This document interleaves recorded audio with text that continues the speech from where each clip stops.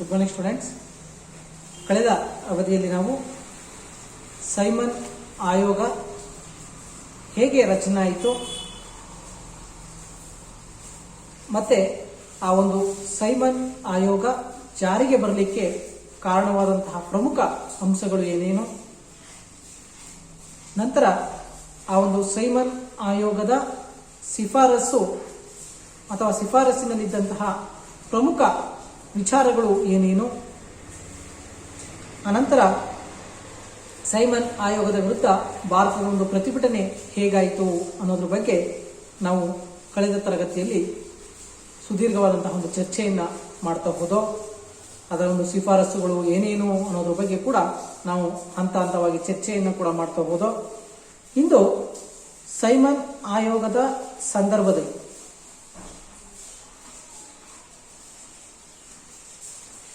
ಅದು ಏನು ಶಿಫಾರಸನ್ನ ಮಾಡ್ತಾ ಹೋಯ್ತು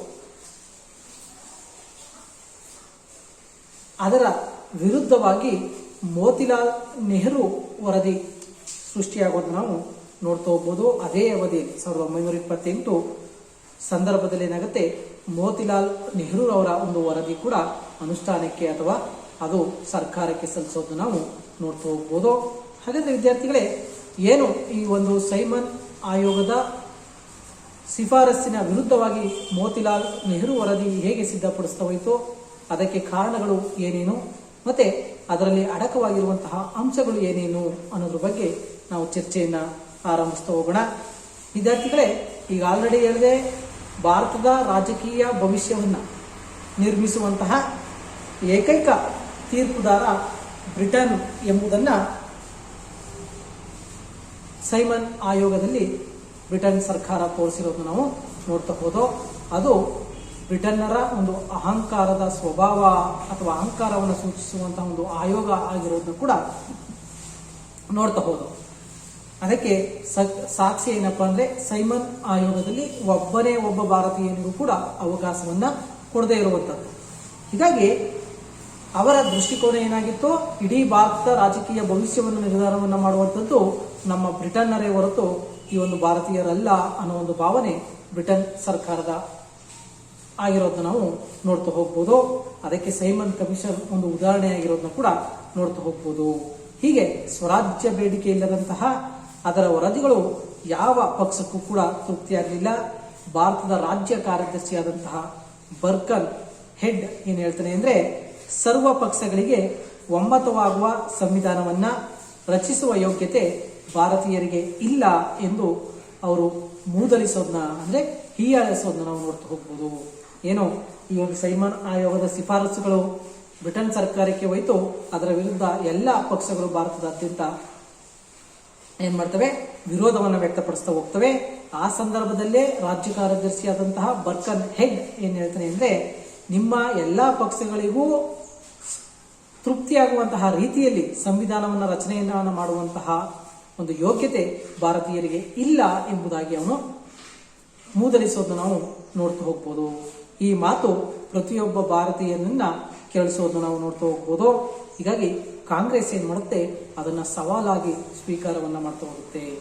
ಅಂದ್ರೆ ಸರ್ವ ಪಕ್ಷಗಳಿಗೂ ಅನ್ವಯವಾಗುವಂತಹ ರೀತಿಯಲ್ಲಿ, ಅವರು ತೃಪ್ತಿ ಪಡಿಕೊಳ್ಳುವಂತಹ ರೀತಿಯಲ್ಲಿ ನಾನು ಸಂವಿಧಾನವನ್ನ ರಚನೆಯನ್ನ ಮಾಡ್ತೀನಿ ಎಂಬುದಾಗಿ ಕಾಂಗ್ರೆಸ್ ಅದನ್ನ ಸವಾಲಾಗಿ ಸ್ವೀಕಾರವನ್ನ ಮಾಡ್ತಾ ಹೋಗುತ್ತೆ. ಫೆಬ್ರವರಿ 12, 1928 ಸರ್ವ ಪಕ್ಷಗಳ ಸಮ್ಮೇಳನವೊಂದನ್ನ ಡಾಕ್ಟರ್ ಅನ್ಸಾರಿ ಅವರ ಅಧ್ಯಕ್ಷತೆಯಲ್ಲಿ ದೆಹಲಿಯಲ್ಲಿ ನಡೆಸೋದನ್ನ ನಾವು ನೋಡ್ತಾ ಹೋಗ್ಬೋದು. ಈ ಒಂದು ಸವಾಲನ್ನ ಸ್ವೀಕಾರವನ್ನ ಮಾಡಿದಂತಹ ಕಾಂಗ್ರೆಸ್ ಏನ್ ಮಾಡುತ್ತೆ, ಎಲ್ಲ ಒಂದು ಸಂಘಗಳ ಅಥವಾ ಸರ್ವ ಪಕ್ಷಗಳ ಒಂದು ಮೀಟಿಂಗ್ ಅನ್ನು ಅರೇಂಜ್ ಮಾಡುತ್ತೆ ಇಲ್ಲಿ ದೆಹಲಿಯಲ್ಲಿ. ಅದರ ಒಂದು ಅಧ್ಯಕ್ಷತೆಯನ್ನು ಯಾರು ವಹಿಸ್ತಾ ಇದ್ದಾರೆ ಅಂದ್ರೆ ಡಾಕ್ಟರ್ ಅನ್ಸಾರಿ ಅವರು ವಹಿಸ್ಕೊಳ್ತಾ ಹೋಗ್ತಾರೆ. ಅಲ್ಲಿ ಒಂದು ಸಂವಿಧಾನ ರಚನಾ ಸಮಿತಿಯನ್ನ ರಚಿಸೋದನ್ನ ನಾವು ನೋಡ್ತಾ ಹೋಗ್ಬೋದು. ಆ ಒಂದು ಸಮ್ಮೇಳನದಲ್ಲಿ ಏನ್ ತೀರ್ಮಾನ ಆಗ್ತಾ ಹೋಗುತ್ತೆ, ಒಂದು ಸಂವಿಧಾನ ರಚನಾ ಸಮಿತಿಯನ್ನ ರಚನೆಯನ್ನ ಮಾಡಬೇಕು ಅನ್ನೋ ಒಂದು ತೀರ್ಮಾನ ಆಗುತ್ತೆ. ಜೊತೆಗೆ ಬ್ರಿಟನ್ಗೆ ಸವಾಲಾಗಿ ನಾವು ಸಂವಿಧಾನವನ್ನು ರಚನೆಯನ್ನ ಮಾಡಬೇಕು ಎಂಬುದಾಗಿ ಕೂಡ ಅಲ್ಲಿ ಚರ್ಚೆಯನ್ನ ಮಾಡೋದನ್ನ ನಾವು ನೋಡ್ತಾ ಹೋಗ್ಬೋದು. ಹೀಗಾಗಿ ಮೋತಿಲಾಲ್ ನೆಹರು ಆ ಒಂದು ಸಂವಿಧಾನ ರಚನಾ ಸಭೆಯ ಅಧ್ಯಕ್ಷರಾಗಿರ್ತಾರೆ. ಅವರ ಮಗ ನೆಹರು ಕೂಡ ಕಾರ್ಯದರ್ಶಿಯಾಗಿ, ಅಂದ್ರೆ ಜವಾಹರ್ಲಾಲ್ ನೆಹರು ಅವರು ಕೂಡ ಅಲ್ಲಿ ಸದಸ್ಯರಾಗಿರೋದನ್ನ ನಾವು ನೋಡ್ತಾ ಹೋಗ್ಬೋದು, ಕಾರ್ಯದರ್ಶಿಯಾಗಿ ಕಾರ್ಯನಿರ್ವಹಿಸೋದನ್ನ ನೋಡ್ತಾ ಹೋಗ್ಬೋದು. ಸುಭಾಷ್ ಚಂದ್ರ ಬೋಸ್, ತೇಜ್ ಬಹದ್ದೂರ್ ಸಫ್ತು, ಜೈಕರ್, ಮತ್ತೆ NM ಜೋಶಿ, ಹಾಗೆ MS ಆಣೆ, ಹಾಗೆ GR ಪ್ರಧಾನ್ ಮತ್ತೆ ಆಲಿ ಇಮಾಮ್ ಸೇರಿದಂತೆ ಸುಮಾರು 28 ಸದಸ್ಯರು ಆ ಒಂದು ಸಭೆಯಲ್ಲಿ ಅಥವಾ ಆ ಒಂದು ಸಮಿತಿಯಲ್ಲಿ ಇರೋದನ್ನ ನಾವು ನೋಡ್ತಾ ಹೋಗ್ಬೋದು. ಇದನ್ನ ನೆಹರು ವರದಿ ಎಂಬುದಾಗಿ ಕರೆಯಲಾಗಿದೆ. ಅರ್ಥ ಆಯ್ತಲ್ವಾ? ಹೀಗೆ ಆ ಒಂದು ಸೈಮನ್ ಕಮಿಷನ್ನ ವಿರುದ್ಧವಾಗಿ ಮತ್ತೆ ಆ ಒಂದು ರಾಜ್ಯ ಕಾರ್ಯದರ್ಶಿಯ ಹೇಳಿಕೆಗೆ ವಿರುದ್ಧವಾಗಿ ಒಂದು ಚಾಲೆಂಜ್ ಆಗಿ ಸ್ವೀಕಾರವನ್ನ ಮಾಡಿದಂತಹ ಕಾಂಗ್ರೆಸ್ ಸರ್ವ ಪಕ್ಷಗಳ ಒಂದು ಸಭೆಯನ್ನ ಕರೆದು ದೆಹಲಿಯಲ್ಲಿ ಮೀಟಿಂಗ್ ಅನ್ನ ಮಾಡಿ ಅಂತಿಮವಾಗಿ ಒಂದು ಸಂವಿಧಾನ ರಚನಾ ಸಮಿತಿಯನ್ನ ರಚನೆಯನ್ನ ಮಾಡ್ತಾ ಹೋಗುತ್ತೆ. ಅದರ ಅಧ್ಯಕ್ಷತೆಯನ್ನ ಮೋತಿಲಾಲ್ ನೆಹರು ಅವರು ವಹಿಸಿಕೊಂಡ್ರೆ ಅದರ ಒಂದು ಕಾರ್ಯದರ್ಶಿಯಾಗಿ ಜವಾಹರ್ಲಾಲ್ ನೆಹರು ಅವರು ಇರೋದು ನಾವು ನೋಡ್ತಾ ಹೋಗ್ಬೋದು. ಹೀಗೆ 28 ಸದಸ್ಯರನ್ನು ಒಳಗೊಂಡಂತಹ ಒಂದು ಸಮಿತಿ ಅಂತಿಮವಾಗಿ ರಚನೆಯಾಗ್ತಾ ಹೋಗುತ್ತೆ. ಅದು ಇಡೀ ಭಾರತದಾದ್ಯಂತ ಸಂಚರಿಸಿ ಭಾರತಕ್ಕೆ ಅನುಕೂಲಕರವಾದಂತಹ ಮತ್ತೆ ಸರ್ವ ಪಕ್ಷಗಳು ಒಪ್ಪಿಕೊಳ್ಳುವಂತಹ ಒಂದು ವರದಿಯನ್ನ ಸಲ್ಲಿಸ್ತಾ ಹೋಗುತ್ತೆ. ಅದೇ ನೆಹರು ವರದಿ ಎಂಬುದಾಗಿ ಭಾರತದ ಒಂದು ಸ್ವಾತಂತ್ರ್ಯ ಹೋರಾಟದ ಇತಿಹಾಸದಲ್ಲಿ ಪ್ರಸಿದ್ಧಿಯಾಗಿರುವುದನ್ನು ನಾವು ನೋಡ್ತಾ ಹೋಗ್ಬೋದು. ಹಾಗಾದ್ರೆ ಆ ಒಂದು ವರದಿಯಲ್ಲಿ ಯಾವ ಯಾವ ಒಂದು ಅಂಶಗಳು ಇದ್ದವು? ಅದರಲ್ಲಿ ಮೊದಲನೇದು ಭಾರತಕ್ಕೆ ಫೆಡರಲ್ ಮಾದರಿಯ ಸಂವಿಧಾನವನ್ನ ರಚಿಸುವಂಥದ್ದು. ಭಾರತಕ್ಕೆ ಫೆಡರಲ್ ಮಾದರಿಯ ಸಂವಿಧಾನವನ್ನ ರಚಿಸುವಂಥದ್ದು. ಅರ್ಥ ಆಯ್ತಲ್ವಾ? ಇನ್ನು ಎರಡನೇದಾಗಿ ವೈಸರಾಯನ್ನ ಬ್ರಿಟನ್ ಸರ್ಕಾರವೇ ನೇಮಿಸುವುದು, ಆದರೆ ಅವನ ವೇತನ ಭಾರತದ ಖಜಾನೆಯಿಂದ ಕೊಡುವಂಥದ್ದು. ವೈಸರಾಯನ್ನ ಏನ್ ಮಾಡ್ಬೋದು?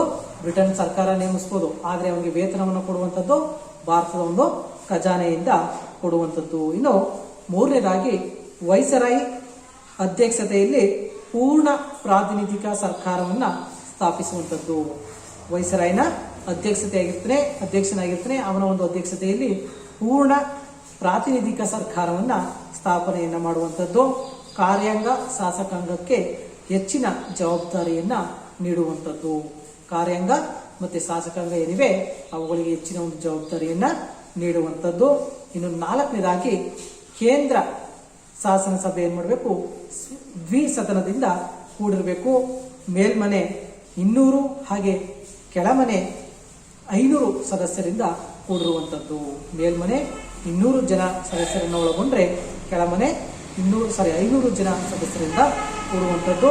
ಅವರೆಲ್ಲರೂ ಕೂಡ ಭಾರತೀಯರಿಂದ ಚುನಾಯಿತ ಆಗುವಂಥದ್ದು. ಅವರೆಲ್ಲರೂ ಕೂಡ ಭಾರತದಿಂದ ಚುನಾಯಿತ ಆಗಬೇಕು. ಅವರ ಕಾಲಾವಧಿ 7 ಮತ್ತು 5 ವರ್ಷಗಳು.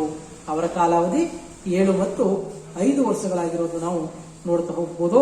ಇನ್ನು ಐದನೇದಾಗಿ ವೈಸರಾಯ್ಗೆ ವಿದೇಶಗಳಲ್ಲಿ ರಾಯಭಾರಿ, ಪ್ರತಿನಿಧಿ ಮತ್ತು ಹೈ ಕಮಿಷನರ್ಗಳನ್ನ ನೇಮಿಸುವಂಥದ್ದು. ಭಾರತದ ಆಡಿಟರ್ ಜನರಲ್ ಅನ್ನ ನೇಮಿಸುವಂಥದ್ದು ಮತ್ತೆ ಲೋಕ ಸೇವಾ ಆಯೋಗವನ್ನ ನೇಮಿಸುವಂಥದ್ದು ವೈಸರಾಯನ ಕರ್ತವ್ಯಗಳಾಗಿರುವುದು ನಾವು ನೋಡ್ತಾ ಹೋಗ್ಬೋದು. ಏನೇನೋ ವಿದೇಶಗಳಲ್ಲಿ ರಾಯಭಾರತ್ವವನ್ನ ಮತ್ತೆ ಹೈ ಕಮಿಷನರ್ಗಳನ್ನ ಮತ್ತೆ ಭಾರತದ ಆಡಿಟರ್ ಜನರಲ್ ಅನ್ನ ಹಾಗೆ ಲೋಕ ಸೇವಾ ಆಯೋಗವನ್ನ ನೇಮಿಸುವಂಥದ್ದು ವೈಸರಾಯನ ಕರ್ತವ್ಯಗಳಾಗಿರೋದು ನಾವು ನೋಡ್ತಾ ಹೋಗ್ಬೋದು. ಇನ್ನು ಆರನೇದಾಗಿ ಭಾರತದ ಸೈನ್ಯ ಭಾರತದ ಮಂತ್ರಿಯ ಅಧೀನದಲ್ಲಿ ಇರುವಂಥದ್ದು. ಇದುವರೆಗೆ ಏನು ಬ್ರಿಟನ್ ಸರ್ಕಾರದ ಅಧೀನದಲ್ಲಿತ್ತು ಅದೇನಾಗಬೇಕು? ಭಾರತದ ಸೈನ್ಯ ಭಾರತದ ಅಧಿಕಾರಿಯ ಒಂದು ಅಧೀನದಲ್ಲಿ ಇರಬೇಕು. ಭೂ, ನೌಕಾ ಮತ್ತೆ ವಾಯುಸೇನಾ ನಾಯಕರುಗಳನ್ನ ವೈಸರಾಯ್ ನೇಮಿಸುವಂಥದ್ದು. ರಕ್ಷಣಾ ಮಂತ್ರಿ ಭಾರತೀಯನಾಗಿರಬೇಕು. ಆ ಒಂದು ಭೂಸೇನೆ ಏನಿದೆ, ವಾಯುಸೇನೆ ಏನಿದೆ ಮತ್ತೆ ನೌಕಾಸೇನೆ ಏನಿದೆ, ಪಡೆ ಏನಿದೆ, ಅವರ ಒಂದು ಕಮಿಷನರ್ಗಳನ್ನು ಯಾರು ನೇಮಿಸಬಹುದು? ವೈಸರಾಯ್ ನೇಮಿಸಬಹುದು.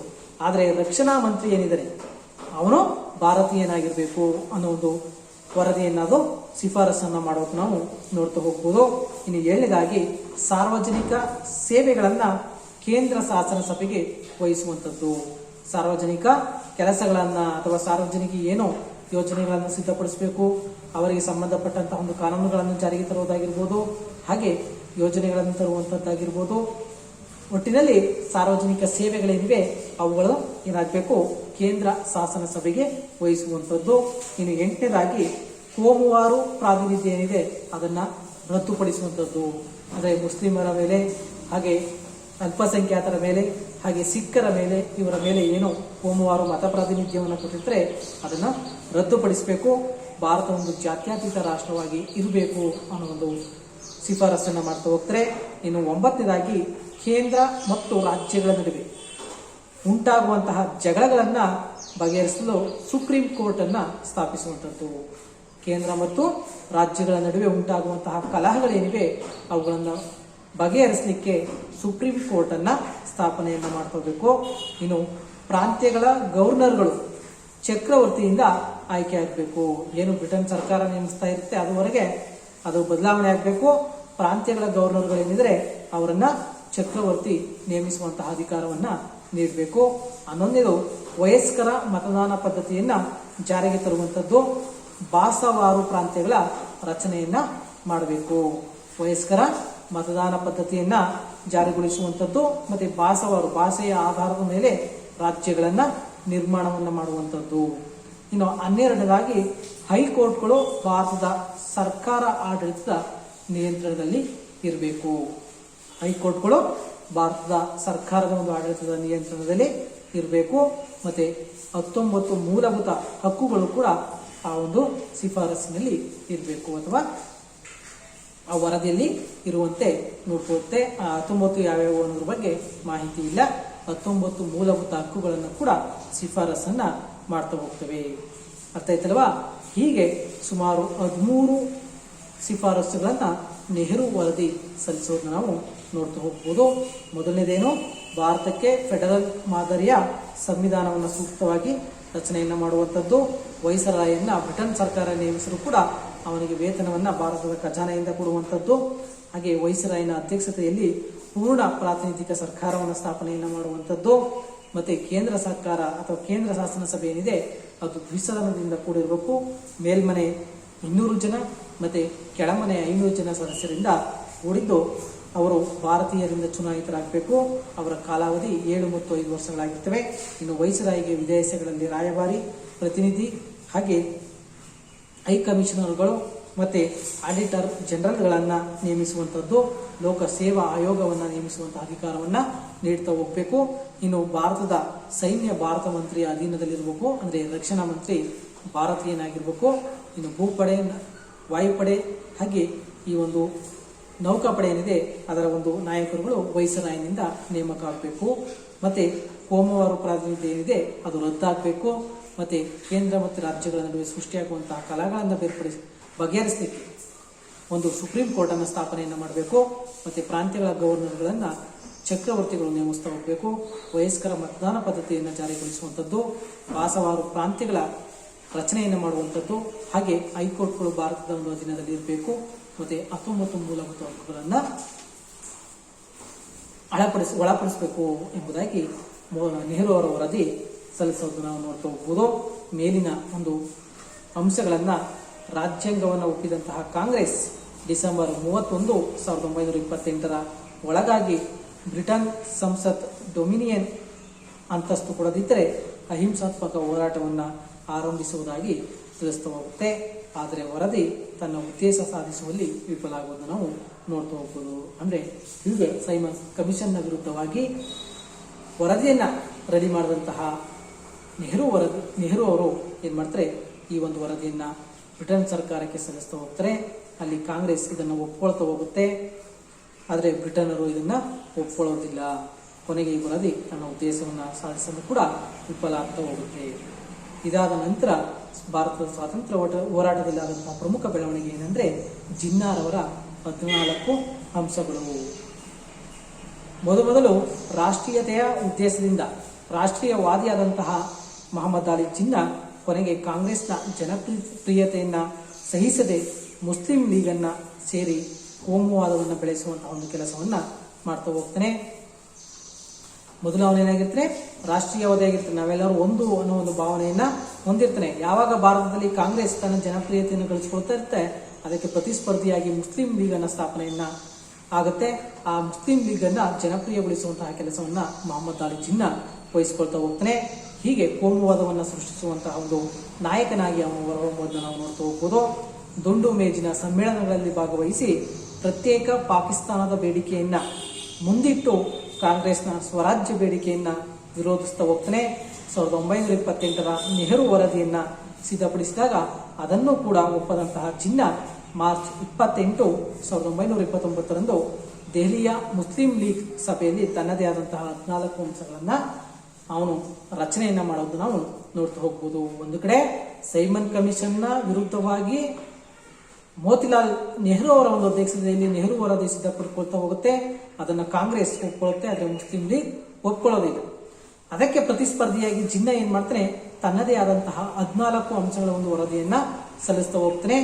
ಅದು ಏನೇನು ಅಂಶಗಳನ್ನು ಒಳಗೊಂಡಿತ್ತು ಅನ್ನೋದ್ರ ಬಗ್ಗೆ ಕೂಡ ನಾವು ಚರ್ಚೆಯನ್ನು ಮಾಡೋಣ.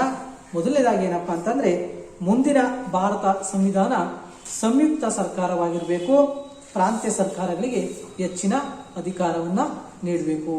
ಸಂಯುಕ್ತ ಸರ್ಕಾರದಿಂದ ಅದು ಕೂಡಿರಬೇಕು, ಪ್ರಾಂತ್ಯ ಸರ್ಕಾರಗಳು ಹೆಚ್ಚಿನ ಒಂದು ಅಧಿಕಾರವನ್ನು ಹೊಂದಿರಬೇಕು. ಮತ್ತೆ ಎರಡನೇದಾಗಿ ಎಲ್ಲ ರೀತಿಯ ಪ್ರಾಂತ್ಯಗಳಲ್ಲಿ ಏಕ ರೀತಿಯಾದಂತಹ ಸ್ಥಳೀಯ ಸ್ವಯಂ ಆಡಳಿತ ಇರಬೇಕು. ಅಂದ್ರೆ ಪ್ರಾಂತ್ಯಗಳಿಗೆ ಯಾವುದೇ ರೀತಿಯಾದಂತಹ ಡಿಫರೆನ್ಸ್ ಅಡ್ಮಿನಿಸ್ಟ್ರೇಟಿವ್ ಇರಬಾರದು, ಏಕರೂಪವಾದಂತಹ ಒಂದೇ ರೀತಿಯಾದಂತಹ ಒಂದು ಆಡಳಿತ ಅಲ್ಲಿ ಇರಬೇಕು. ಇನ್ನು ಮೂರನೇದಾಗಿ ಶಾಸನಸಭಾ ಸದಸ್ಯರಿಗೆ ಸರ್ವ ಸಮಾನ ಹಕ್ಕುಗಳಿರಬೇಕು. ಶಾಸನಸಭಾ ಸದಸ್ಯರೇನಿದ್ರೆ ಅವರಿಗೆ ಹಕ್ಕುಗಳಲ್ಲಿ ಯಾವುದೇ ರೀತಿಯಾದಂತಹ ವ್ಯತ್ಯಾಸಗಳು ಇರಬಾರದು, ಎಲ್ಲರಿಗೂ ಕೂಡ ಒಂದೇ ರೀತಿಯಾದಂತಹ ಹಕ್ಕುಗಳು ಇರಬೇಕು. ಇನ್ನು ನಾಲ್ಕನೇದಾಗಿ ಕೇಂದ್ರ ಶಾಸನ ಸಭೆಯಲ್ಲಿ ಮುಸ್ಲಿಮರಿಗೆ 1/3 ಕಡಿಮೆ ಸ್ಥಾನಗಳು ಇರಬಾರದು. ಅಂದ್ರೆ ಕೇಂದ್ರ ಶಾಸನ ಸಭೆಯ ಸದಸ್ಯರೇನಿದ್ರೆ ಅದರಲ್ಲಿ 3 ಜನ ಸದಸ್ಯರಿದ್ರೆ ಒಬ್ಬ ಮುಸಲ್ಮಾನನಾಗಿರ್ಬೇಕು, ಅದಕ್ಕಿಂತ ಕಡಿಮೆ ಸ್ಥಾನಗಳು ಮುಸಲ್ಮಾನರಿಗೆ ಇರಬಾರದು ಅನ್ನೋ ಒಂದು ಅಭಿಪ್ರಾಯವನ್ನು ಅಥವಾ ವರದಿಯನ್ನು ನಾನು ಸಿದ್ಧಪಡಿಸ್ತಾ ಹೋಗ್ತೇನೆ. 3 ಜನ ಸದಸ್ಯರಿದ್ದಾರೆ ಅಂದ್ರೆ ಅದರಲ್ಲಿ ಒಬ್ಬ ಮುಸ್ಲಿಂ ಆಗ್ಬೇಕು. ಅರ್ಥ ಆಯ್ತಲ್ವಾ? ಮತ್ತೆ 5ನೇದಾಗಿ ಕೋಮುವಾರು ಮತಕ್ಷೇತ್ರಗಳೇನಿವೆ ಅವು ಮುಂದುವರಿಯಬೇಕು. ಯಾವುದೇ ಕೋಮು ಇಷ್ಟ ಬಂದಾಗ ತನ್ನಲ್ಲಿನ ಪ್ರತ್ಯೇಕ ಮತಕ್ಷೇತ್ರವನ್ನ ಜಂಟಿ ಮತಕ್ಷೇತ್ರವನ್ನಾಗಿ ಬಿಟ್ಟುಕೊಡುವಂತಹ ಸ್ವತಂತ್ರವನ್ನ ಹೊಂದಿರಬೇಕು. ಅಂದ್ರೆ ಏನು ಕೋಮುವಾದ ಪ್ರಾತಿನಿಧ್ಯವನ್ನ ಬ್ರಿಟಿಷರು ಕೊಡ್ತಾರೆ, ಅದನ್ನ ಮೊಹಮ್ಮದ್ ಅಲಿ ಜಿನ್ನಾ ಏನ್ ಮಾಡಬೇಕು, ಮುಂದುವರಿಸಲೇಬೇಕು. ಯಾವುದೇ ಕಾರಣಕ್ಕೂ ಕೂಡ ಕೋಮುವಾರು ಪ್ರಾತಿನಿಧ್ಯ ರದ್ದಾಗಬಾರದು ಅನ್ನೋ ಒಂದು ಶಿಫಾರಸನ್ನ ಮಾಡ್ತಾ ಹೋಗ್ತಾನೆ. ಜೊತೆಗೆ ಆ ಕೋಮುವಾರು ಪ್ರಾಂತ್ಯಗಳೇನಿವೆ, ಆ ಇಬ್ಬರು ಕೋಮುವಾರು ಪ್ರಾಂತ್ಯಗಳು ಇಷ್ಟಪಟ್ಟರೆ ಅವು ತಮ್ಮದೇ ಆದಂತಹ ಅಂದ್ರೆ ಜಂಟಿ ಮತದ ಕ್ಷೇತ್ರವನ್ನ ಬಿಟ್ಟು ಕೊಡುವಂತಹ ಸ್ವತಂತ್ರವನ್ನು ನಾವು ಹೊಂದಿರಬೇಕು ಅನ್ನೋ ಒಂದು ಶಿಫಾರಸನ್ನ ಮಾಡ್ತಾ ಹೋಗ್ತಾನೆ. ಇನ್ನು ಇಸ್ಲಾಂ ಧರ್ಮ ಶಿಕ್ಷಣ ಸಂಸ್ಥೆ, ಕಾನೂನು ಸಂಘಗಳಿಗೆ ಸರ್ಕಾರ ರಕ್ಷಣೆಯನ್ನ ನೀಡಿ ಅನುದಾನವನ್ನು ಕೂಡ ನೀಡಬೇಕು. ಇಸ್ಲಾಂ ಧರ್ಮಕ್ಕೆ, ಶಿಕ್ಷಣ ಸಂಸ್ಥೆಗೆ ಮತ್ತೆ ಕಾನೂನು ಸಂಘಗಳಿಗೆ ಸರ್ಕಾರ ರಕ್ಷಣೆಯನ್ನ ನೀಡುವುದರ ಮುಖಾಂತರ ಅನುದಾನವನ್ನು ಕೂಡ ಕೊಡಬೇಕು. ಇನ್ನು 7ನೇದಾಗಿ ಶಾಸಕಾಂಗಗಳಿಗೆ 4/3 ಮುಸ್ಲಿಂ ಪ್ರತಿನಿಧಿಗಳು ಯಾವುದೇ ನಿರ್ಣಯವನ್ನ ವಿರೋಧಿಸಿದರೆ ಅದು ಪಾಸ್ ಆಗತಕ್ಕದ್ದಲ್ಲ. ಲೆಕ್ಕಕಳಿ ಅಂದ್ರೆ ಶಾಸಕಾಂಗಗಳಲ್ಲಿ ಮುಸ್ಲಿಂ ಪ್ರತಿನಿಧಿಗಳು ಯಾವುದೇ ನಿರ್ಣಯದ ಬಗ್ಗೆ ವಿರೋಧವನ್ನು ವ್ಯಕ್ತಪಡಿಸಿದ್ರೆ ಅದು ಪಾಸವಾಗುವಂತಹ ರೀತಿಯಲ್ಲಿ ಇರಬಾರದು ಅನ್ನೋ ಒಂದು ಮಾತನ್ನ ಹೇಳ್ತಾ ಹೋಗ್ತೀನಿ. ಅಂದ್ರೆ 4/3 ಅಂದ್ರೆ 4 ಜನ ಸದಸ್ಯರು ಒಪ್ಪಿಕೊಂಡು ಅದರಲ್ಲಿ 3 ಜನ ನಿರಾಕರಿಸಿದ್ರೆ ಅದು ಯಾವುದೇ ರೀತಿಯಾದಂತಹ ಕಾನೂನು ಅಥವಾ ನಿರ್ಣಯ ಅಲ್ಲಿ ಪಾಸವಾಗೇ ಇರಲಿಲ್ಲ. ಅಂದ್ರೆ ಮುಸ್ಲಿಂ ಪ್ರತಿನಿಧಿಗಳು 4 ಜನ ಮುಸ್ಲಿಮರಲ್ಲಿ 3 ಜನ ಬೇಡ ಅಂತ ಅಂದ್ರೆ ಆ ಒಂದು ನಿರ್ಣಯ ಪಾಸ್ ಆಗುವಾಗೆ ಇರಲಿಲ್ಲ. ಇನ್ನು 8ನೇದಾಗಿ ಸಿಂಧ್ ಅನ್ನ ಬಾಂಬೆ ಪ್ರೆಸಿಡೆನ್ಸಿಯಿಂದ ಪ್ರತ್ಯೇಕಿಸುವಂತದ್ದು. ಮತ್ತೆ 9ನೇದಾಗಿ ಯಾವುದೇ ಪ್ರಾಂತ್ಯಗಳ ಪುನರ್ವಿಂಗಡಣೆಯನ್ನ ಮಾಡುವಾಗ ಮುಸ್ಲಿಂ ಬಹುಸಂಖ್ಯಾತರಾದಂತಹ ಪಂಜಾಬ್, ಬಂಗಾಳ ಮತ್ತೆ ವಾಯುವ್ಯ ಪ್ರಾಂತ್ಯಗಳಿಗೆ ಯಾವುದೇ ಧಕ್ಕೆ ಆಗಬಾರದು. ಅಂದ್ರೆ ಪ್ರಾಂತ್ಯಗಳ ಪುನರ್ವಿಂಗಡಣೆ ಏನಿದೆ ಆ ಒಂದು ಸಂದರ್ಭದಲ್ಲಿ ಮುಸ್ಲಿಮರಿಗೆ ಯಾವುದೇ ರೀತಿಯಾದಂತಹ ಧಕ್ಕೆಗಳು ಆಗಬಾರದು. ಆ ನಿಟ್ಟಿನಲ್ಲಿ ಪ್ರಾಂತ್ಯಗಳ ಪುನರ್ವಿಂಗಡಣೆಯನ್ನ ಮಾಡಬೇಕು. ಮತ್ತೆ 10ನೇದಾಗಿ ಪ್ರತಿಯೊಬ್ಬ ಅಲ್ಪಸಂಖ್ಯಾತ ಸಮುದಾಯದ ನಾಗರಿಕನಿಗೂ ಧಾರ್ಮಿಕ ಸ್ವಾತಂತ್ರ್ಯವನ್ನ ನೀಡಬೇಕು. ಯಾವುದೇ ಅಲ್ಪಸಂಖ್ಯಾತರು ಯಾರಿರ್ತಾರೆ ಆ ಸದಸ್ಯ ಯಾವುದೇ ಧರ್ಮವನ್ನು ಅನುಸರಿಸುವಂತಹ ರೀತಿಯಲ್ಲಿ ಸ್ವಾತಂತ್ರ್ಯವನ್ನ ನೀಡಬೇಕು. ಮತ್ತೆ 11ನೇದಾಗಿ ದಕ್ಷತೆಯ ಆಧಾರದ ಮೇಲೆ ಸರ್ಕಾರಿ ಸೇವೆಗಳಲ್ಲಿ ಮುಸ್ಲಿಮರಿಗೆ ಇತರ ಭಾರತೀಯರಿಗೆ ಕೊಟ್ಟಂತೆ ಎಲ್ಲ ಸೌಲಭ್ಯವನ್ನು ಕೂಡ ನೀಡಬೇಕು. ಭಾರತೀಯರಿಗೆ ಯಾವ ರೀತಿಯಾದಂತಹ ಸೌಲಭ್ಯವನ್ನು ಕೊಡ್ತೀವಿ ಅದೇ ರೀತಿಯಾದಂತಹ ಸೌಲಭ್ಯವನ್ನು ಕೂಡ ಮುಸಲ್ಮಾನರಿಗೂ ಕೂಡ ನೀಡಬೇಕು. ಇನ್ನು 12ನೇದಾಗಿ ಕೇಂದ್ರ ಇಲ್ಲವೇ ಪ್ರಾಂತ್ಯ ಮಂತ್ರಿಮಂಡಲಗಳಲ್ಲಿ ಕನಿಷ್ಠ ಪಕ್ಷ 1/3 ಮುಸ್ಲಿಂ ಮಂತ್ರಿಗಳನ್ನ ನೇಮಿಸಬೇಕು. ಕೇಂದ್ರ ಆಗ್ಬೋದು, ಪ್ರಾಂತ್ಯ ಆಗ್ಬೋದು, ಅಲ್ಲಿನ ಮಂತ್ರಿಮಂಡಲಗಳೇನಾಗಿರುತ್ತೆ 1/3 ಅಂದ್ರೆ 3 ಜನ ಸದಸ್ಯರಲ್ಲಿ ಒಬ್ಬ ಮುಸಲ್ಮಾನ ಮಂತ್ರಿಗಳನ್ನ ನೇಮಿಸಬೇಕು. ಮತ್ತೆ 13ನೇದಾಗಿ ಕೇಂದ್ರ ಶಾಸಕಾಂಗ ಸಂವಿಧಾನದಲ್ಲಿ ಯಾವುದೇ ಬದಲಾವಣೆಯನ್ನ ಮಾಡಬೇಕಾದ್ರೆ ಅರ್ಧ ರಾಜ್ಯಗಳ ಒಪ್ಪಿಗೆಯನ್ನ ಪಡ್ಕೊಡ್ಬೇಕು. ಇರುವಂತಹ ಒಟ್ಟು ರಾಜ್ಯಗಳಲ್ಲಿ ಅರ್ಧ ರಾಜ್ಯಗಳ ಅನುಮತಿಯನ್ನು ಪಡ್ಕೊಂಡು ಯಾವುದೇ ಒಂದು ಬದಲಾವಣೆಯನ್ನ ಮಾಡಬೇಕು ಎಂಬುದಾಗಿ ಜಿನ್ನಾ ಹೇಳ್ತಾ ಹೋಗ್ತಾನೆ. ಇನ್ನು 14ನೇದಾಗಿ ಇಸ್ಲಾಂ ಸಂಸ್ಕೃತಿಗೆ ಅದರ ಒಂದು ರಕ್ಷಣೆಗೆ ಸರ್ಕಾರ ಮುಂದಾಗಬೇಕು. ಅರ್ಥ ಆಯ್ತಲ್ವಾ? ಹೀಗೆ 14 ಅಂಶಗಳ ಒಂದು ವರದಿಯನ್ನ ಜಿನ್ನಾ ನೆಹರು ವರದಿಯ ವಿರುದ್ಧವಾಗಿ ಸಿದ್ಧಪಡಿಸೋದನ್ನ ನಾವು ನೋಡ್ತಾ ಹೋಗ್ಬೋದು. ಮೊದಲನೇದೇನು, ಭಾರತದ ಸಂವಿಧಾನ ಸಂಯುಕ್ತ ಸರ್ಕಾರದಿಂದ ಕೂಡಿರಬೇಕು. ಪ್ರಾಂತ್ಯ ಸರ್ಕಾರಗಳಿಗೆ ಹೆಚ್ಚಿನ ಅಧಿಕಾರವನ್ನ ನೀಡಬೇಕು. ಮತ್ತೆ ಎಲ್ಲಾ ಪ್ರಾಂತ್ಯಗಳಲ್ಲಿ ಏಕರೂಪದ ಆಡಳಿತ ವ್ಯವಸ್ಥೆ ಇರಬೇಕು. ಶಾಸನ ಸಭೆ ಸದಸ್ಯರಿಗೆ ಸರ್ವ ಸಮಾನ ಹಕ್ಕುಗಳು ಇರಬೇಕು. ಮತ್ತೆ ಕೇಂದ್ರ ಶಾಸನ ಸಭೆಯಲ್ಲಿ 1/3 ಹೆಚ್ಚು ಕಡಿಮೆ ಸ್ಥಾನಗಳು ಇರದಂತೆ ಮುಸಲ್ಮಾನರಿಗೆ ಅವಕಾಶವನ್ನ ಕಲ್ಪಿಸಬೇಕು. ಕೋಮುವಾದ ಮತಕ್ಷೇತ್ರಗಳೇನಿವೆ ಅವು ಮುಂದುವರಿತಾ ಹೋಗಬೇಕು. ಯಾವುದೇ ಕೋಮು ಇಷ್ಟ ಬಂದಾಗ ಜಂಟಿ ಮತಕ್ಷೇತ್ರವನ್ನಾಗಿ ಬಿಟ್ಟುಕೊಡುವಂತಹ ಅಧಿಕಾರವನ್ನು ಅವರಿಗೆ ಸ್ವತಂತ್ರವನ್ನು ನೀಡಬೇಕು. ಮತ್ತೆ ಇಸ್ಲಾಂ ಧರ್ಮ ಶಿಕ್ಷಣ ಸಂಸ್ಥೆ ಇವುಗಳಿಗೆ ಸರ್ಕಾರ ರಕ್ಷಣೆಯನ್ನ ಮತ್ತೆ ಅನುದಾನವನ್ನು ನೀಡಬೇಕು. ಶಾಸಕಾಂಗಗಳಲ್ಲಿ 4/3 ಮುಸ್ಲಿಂ ಪ್ರತಿನಿಧಿಗಳು ಯಾವುದೇ ನಿರ್ಣಯದ ವಿರುದ್ಧ ವಿರೋಧಿಸಿದ್ರೆ ಅದನ್ನ ಜಾರಿಗೆ ತರುವಂತಿರಲಿಲ್ಲ. ಮತ್ತೆ ಸಿಂಧನ್ನ ಬಾಂಬೆ ಪ್ರೆಸಿಡೆನ್ಸಿಯಿಂದ ಪ್ರತ್ಯೇಕಿಸುವಂಥದ್ದು ಮತ್ತೆ ಯಾವುದೇ ಪ್ರಾಂತ್ಯಗಳ ಪುನರ್ ವಿಂಗಡಣೆ ಮಾಡುವಾಗ ಮುಸ್ಲಿಂ ಬಹುಸಂಖ್ಯಾತರಾದಂತಹ ಪಂಜಾಬ್, ಬಂಗಾಳ ಮತ್ತೆ ವಾಯುವ್ಯ ಪ್ರಾಂತ್ಯಗಳಿಗೆ ಯಾವುದೇ ಧಕ್ಕೆ ಆಗಬಾರದು. ಮತ್ತೆ ಪ್ರತಿಯೊಬ್ಬ ಅಲ್ಪಸಂಖ್ಯಾತ ಸಮುದಾಯ ನಾಗರಿಕರಿಗೂ ಕೂಡ ಧಾರ್ಮಿಕ ಸ್ವಾತಂತ್ರ್ಯವನ್ನು ನೀಡಬೇಕು. ದಕ್ಷತೆಯ ಆಧಾರದ ಮೇಲೆ ಸರ್ಕಾರಿ ಸೇವೆಗಳಲ್ಲಿ ಏನ್ ಮಾಡಬೇಕು, ಮುಸಲ್ಮಾನರಿಗೆ ಭಾರತೀಯರಿಗೆ ಕೊಡುವಂತಹ ಎಲ್ಲ ಒಂದು ಸೌಲಭ್ಯಗಳನ್ನು ಒದಗಿಸಬೇಕು. ಕೇಂದ್ರ ಇಲ್ಲವೇ ಪ್ರಾಂತ್ಯ ಮಂತ್ರಿಮಂಡಲಗಳಲ್ಲಿ ಕನಿಷ್ಠ ಪಕ್ಷ 1/3 ಮುಸ್ಲಿಂ ಮಂತ್ರಿಗಳನ್ನು ನೇಮಿಸಬೇಕು. ಮತ್ತೆ ಕೇಂದ್ರ ಶಾಸಕಾಂಗ ಸಂವಿಧಾನದಲ್ಲಿ ಯಾವುದೇ ಬದಲಾವಣೆಯನ್ನು ತರಬೇಕು ಅಂದ್ರೆ ಅರ್ಧ ರಾಜ್ಯಗಳ ಒಪ್ಪಿಗೆಯನ್ನು ಪಡ್ಕೊಳ್ಬೇಕು. ಹೀಗೆ ಜಿನ್ನಾ ತನ್ನ 14 ಅಂಶಗಳಲ್ಲಿ ಬರೀ ಕೋಮು ಭಾವನೆ ತಂದಿದ್ದರಿಂದ ಅವನ್ನ ಯಾರೂ ಕೂಡ ಒಪ್ಪಿಕೊಳ್ಳಿಲ್ಲ. ಇವು ಮುಂದೆ ದೇಶದ ವಿಭಜನೆಗೆ, ಪಾಕಿಸ್ತಾನದ ಉದಯಕ್ಕೆ, ಮುಸ್ಲಿಮರ ಪ್ರತ್ಯೇಕತೆವಾದಕ್ಕೆ ಬಹುಮಟ್ಟಿಗೆ ಕಾರಣ ಆಗುವುದು ನಾವು ನೋಡ್ತಾ ಹೋಗ್ಬೋದು. ಬ್ರಿಟಿಷರಿಗೆ ಸ್ವರಾಜ್ಯ ಬೇಡಿಕೆ ಮುಂದೂಡಲು ಇದು ಒಂದು ಕಾರಣವಾಗಿರೋದು ನಾವು ನೋಡ್ತಾ ಹೋಗ್ಬೋದು. ಅಂದ್ರೆ ನಿಮ್ಮಲ್ಲೇ ಒಗ್ಗಟ್ಟಿಲ್ಲ. ಅವ್ರು ಕೇಳಿದ್ರೆ ಪ್ರತ್ಯೇಕ ಮತ ಕ್ಷೇತ್ರವನ್ನ ಅಥವಾ ಪ್ರತ್ಯೇಕ ರಾಷ್ಟ್ರವನ್ನ ಕೇಳ್ತಾರೆ. ನೀವು ನೋಡಿದ್ರೆ ಸಂಪೂರ್ಣ ಭಾರತದ ಸ್ವರಾಜ್ಯವನ್ನ ಕೇಳ್ತೀರಾ. ಹಾಗಾಗಿ ನಿಮ್ಮ ಸಮಸ್ಯೆಗಳನ್ನ ಬಗೆಹರಿಸಿಕೊಳ್ಳಿ ಫಸ್ಟ್ ಎಂಬ ಒಂದು ನೆಪವನ್ನ ಹೇಳೋದಕ್ಕೆ ಬ್ರಿಟಿಷರಿಗೆ ಇದೊಂದು ಅವಕಾಶವಾಗಿ ಕಲ್ಪಿಸಿಕೊಳ್ಳೋದನ್ನು ನಾವು ನೋಡ್ತಾ ಹೋಗ್ಬೋದು. 1928ರ ಕಲ್ಕತ್ತಾದ ಸಕಲ ರಾಜಕೀಯ ಪಕ್ಷ ಸಮ್ಮೇಳನದಲ್ಲಿ ಜಿನ್ನಾ ಮುಸ್ಲಿಮರಿಗೆ ಪ್ರತ್ಯೇಕ ಮೀಸಲಾತಿಯನ್ನ ಸೌಲಭ್ಯವನ್ನ ಕೇಳ್ತಾ ಹೋಗ್ತಾನೆ. ಅವರ ಬೇಡಿಕೆ ತಳ್ಳಿ ಹಾಕಿದ್ದರಿಂದ ಜಿನ್ನಾ ರಾಷ್ಟ್ರೀಯ ರಾಜಕೀಯದಿಂದ ದೂರವಾಗಿ ಮುಸ್ಲಿಂ ಲೀಗನ್ನು ಬಲಪಡಿಸುವಂತಹ ಕೆಲಸದಲ್ಲಿ ನಿರತನಾಗುವುದನ್ನು ನಾವು ನೋಡ್ತಾ ಹೋಗ್ಬೋದು. ಅರ್ಥ ಆಯ್ತಲ್ವಾ? ಇದಿಷ್ಟು ಜಿನ್ನಾನ 14 ಅಂಶಗಳು.